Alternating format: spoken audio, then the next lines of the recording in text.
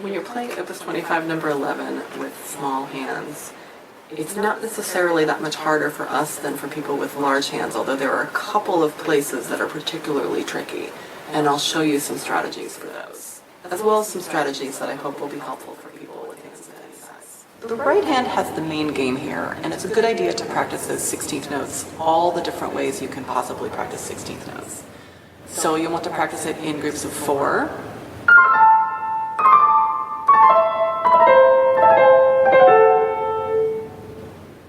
and blocks of 2,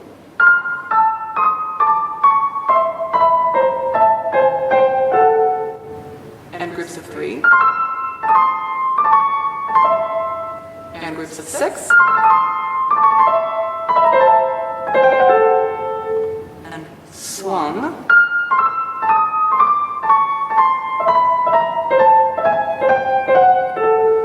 and anti-swung,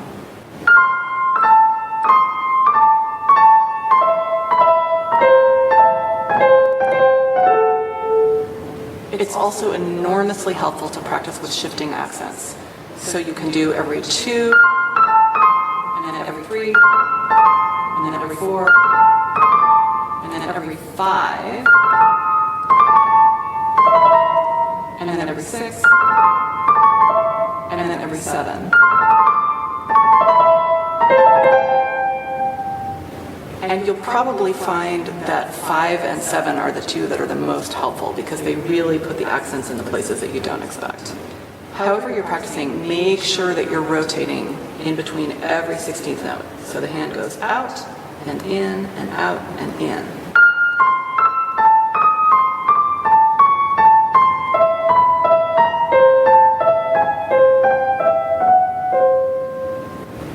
In measure 11, it can be really challenging to reach from the E chord up to C sharp if you're still holding on to where the chord is. So just let those quarter notes go, and then you can let the hand close, and it's much easier to play that lick. In measure 17, it also really helps if you can let the hand close. So I rotate from the first chord down to the B on 5, and then let the hand close a little and play 4 on C, and then open and roll from the C sharp up to the E flat. In the left hand in measure 17, let go of the E and the B flat, and you can pivot down to the B. It's helpful to use a position I call the one-eared llama. The one-eared llama is a hand position that might seem sort of strange, but can actually be really, really useful and helpful. So if you imagine that your hand and your arm are a llama, here's two-eared llama, hello, with this being the body, and this being the neck, and this being the head, ears, nose, mouth. The distance between the ear and the nose is actually really far, and if you let your hand close, it can help you find the shape that you need. So just to really show you the difference between what's possible with a flat hand stretching and what's possible with a one-eared llama, this is about as far as I can stretch my fourth finger and fifth finger apart. And it doesn't feel great, and it's not that far. So if I take this distance, and then I turn my other hand into a one-eared llama, look at how much farther I can reach between 5 and 4. And of course it's true in both hands. So the one-eared llama reminds us that we are three-dimensional creatures, and that we're going to sometimes need strange hand positions that are not just your typical 1, 2, 3, 4, 5 position, but that you can find the comfortable position that will let you get to where you need to go. It's helpful if you have your hand towards you, so you're more on the white keys instead of in the black keys, so that you don't get stuck between the black keys as you're pivoting. It's much easier to hear.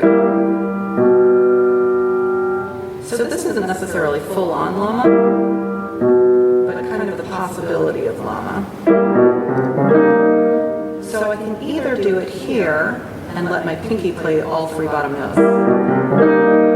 And that actually feels kind of nice to keep this G as a pivot point, and it's sort of an anchor so I know where I am. But you can also play the chord and then let everything go. And use 4 so that the hand closes, and then you open it here. So both ways can work.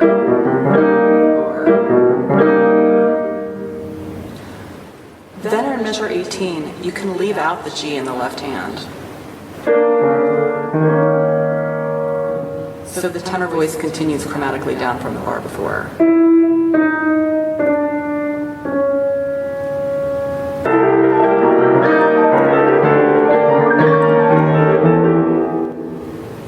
In measures 35 and 36, you can use 5-5 in the bass and then roll the chord.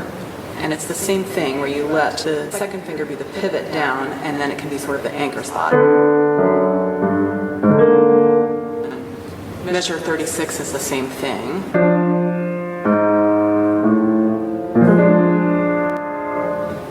In places where a right hand dyad is an octave, like in measure 50, you can repeat 5 on successive high notes. That works especially well if it's hard for you to reach an octave with 4.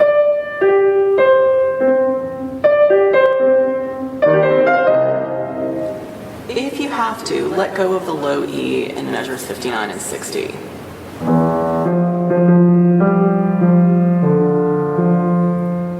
Depending on the piano and the room, you may be able to hold it with the pedal for a climactic blur.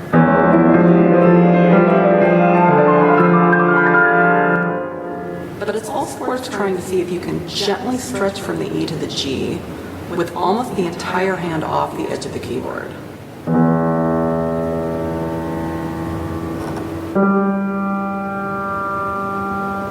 Don't practice that stretch a lot. Just try it a couple of times a day and make sure you release in between.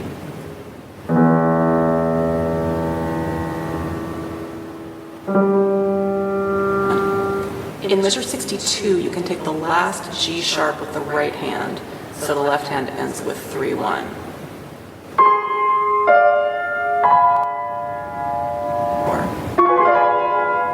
You can also swap notes at the end of measure 64, so the B is in the right hand and the G sharp is in the left hand.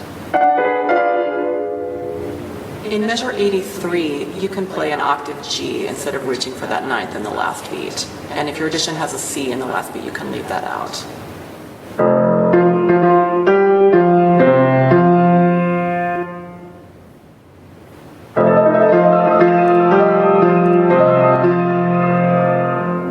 In measure 88, in the last chord of the right hand, you can move the D up an octave. If it lets you play with more power, you can even leave out the E as well, so you're playing that E7 chord in a close position. In measures 89 to 91, make sure that you rotate the left hand instead of stretching to reach those wide expanses. So here's rotating. And here's reaching. And the one-eared llama can come in handy here too.